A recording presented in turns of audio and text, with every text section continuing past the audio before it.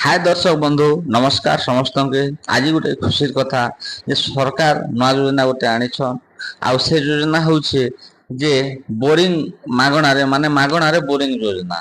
तो आपण मान के केंता करे मागणारे सरकार बोरिंग देबे आउ तार द्वारा काना हम उपकृत हेमु सेटा आपण देखिनन पूरा फ्री दे आज्ञा किछि चेरना गोटे भी चाषीर नहीं सरे। तो चलन देखुनियन आ जेन सार माने भी चैनल के पहला विजिट करके देखुछन सर आपण मान के अनुरोध जैसे सार माने चैनल के लाइक कर सब्सक्राइब कर दियन आ जदि वीडियो भल लागले आज्ञा लाइक कर देबे देखन आज्ञा नहीं भूलबे। तो चलन स्टार्ट करमा। सरकार तरफ आसिला बड़ खबर। एही खबर देशर कोटी कोटी चाषी मुहरे हस फुटाइब। चाषी माने सेमानकर फसल को जलसेचन करिवारे कोनोसी असुविधार सम्मुखीन न हेबाकू सरकार कृषक माननकू जलसेचन उपकरण एवं जलसेचन सामग्री उपरे सब्सिडी प्रदान करुछंती। जलसेचन उपकरण एवं संबल उपरे कृषक माननकू सरकार 90% पर्यंत सब्सिडी प्रदान करुछंती। एही क्रम रे राज्यर चाषी को जलसेचन सुविधा जोगाई देवा लक्ष्य कृषक माननकू सेमानक क्षेत्र सिंचनर कार्य 100% सब्सिडी दिया जाउछि। देखन बोरिंग योजना ना सब्सिडी बोरिंग योजना कोले हमके केन केन सब्सिडी मिलुजे सेटा एना देखिछन आपण देखिनी। मागणा बोरिंग पाई कृषक माननकू 100% सब्सिडी रो सुविधा दिया जीवो। देखन मागणा बोरिंग जेन हमके सरकार फ्री दे दोछन सेटा के मागणा बोरिंग कहसन। तो से ना हमके 100% पूरा हमको किछि करबा के नहीं पड़े 100%। एभली परिस्थिति रे एही योजना रे अधीन रे चाषी को निज क्षेत्र रे जलसेचन करिवा पई पॉकेट रु कोनोसी टंका खर्च करिवा को पड़िबो नाही। देखो ई योजना ने हमके निजर पॉकेट रु चेरना गडे भी खर्चा करवा के नहीं पड़े। सरकार एहार संपूर्ण अर्थ देबे। एहा व्यतीत चाषी को पंप सेट रो व्यवस्था पई ऋण एवं सब्सिडी मध्ये दिया जीवो।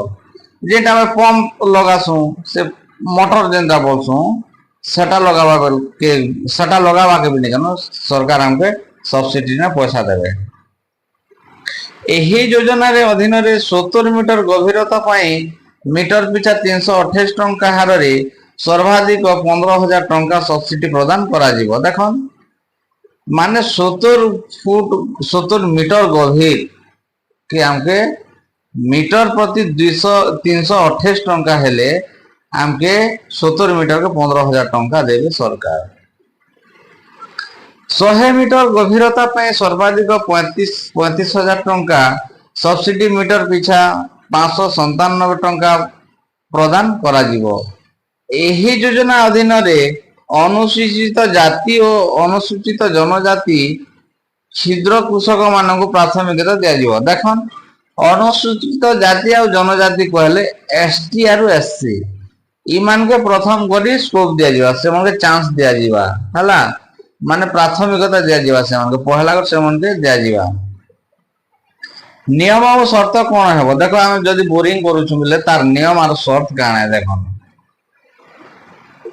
आवेदन करूथिबा कृषक राज्यर स्थायी बासिंदा हेबा उचित। देखन जेन माने भी ई बोरिंग लागि आवेदन करू छन से माने हमर ओडिसा माने स्थायी बासिंदा हिथिबे बरस बरस ताकर पूर्व पुरुष कि 20-25 वर्ष नु रहिथिबार अछि हमर ओडिसा राज्य रे। 2 नंबर देखो चाषी को नाम रे अति कम रे 40 डिसमिल जमी रहिबा उचित। देखो हमर चाषी भाई मानकर ऊपर 40 डिसमिल थिले भी हेबा।